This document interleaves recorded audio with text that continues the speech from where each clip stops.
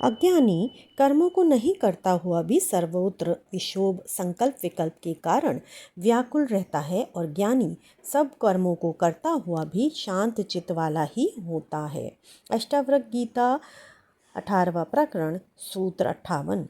उपरोक्त सूत्र का ये अर्थ कदापि नहीं है कि ज्ञानी कर्म नहीं करता, वह आलसी अकर्मण्य हो जाता है, मठों मंदिरों एवं एकांत में जाकर बैठ जाता है, लोगों से दान दक्षिणा भेंट पूजा लेता है, उनसे पांव दबवाता है एवं कर्म से विमुख हो जाता है, बल्कि वह सच्चा कर्तव्यनिष्ठ होकर फलाकांक्षा से रहित होकर कर्म करता है।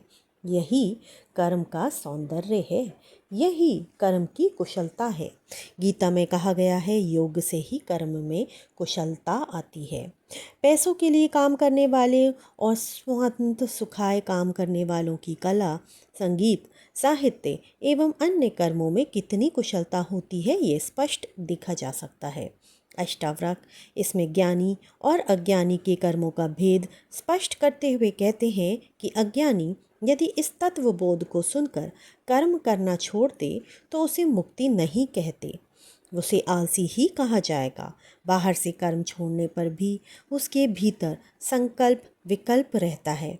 जब तक ये विक्षेप शांत नहीं होते तब तक मुक्ति नहीं है।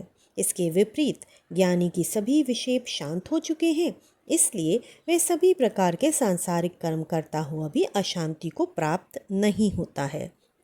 यही कर्म की कुशलता है जो योगी को ही प्राप्त होती है। इसलिए संसार छोड़ना या कर्म से भागना मुक्ति नहीं है।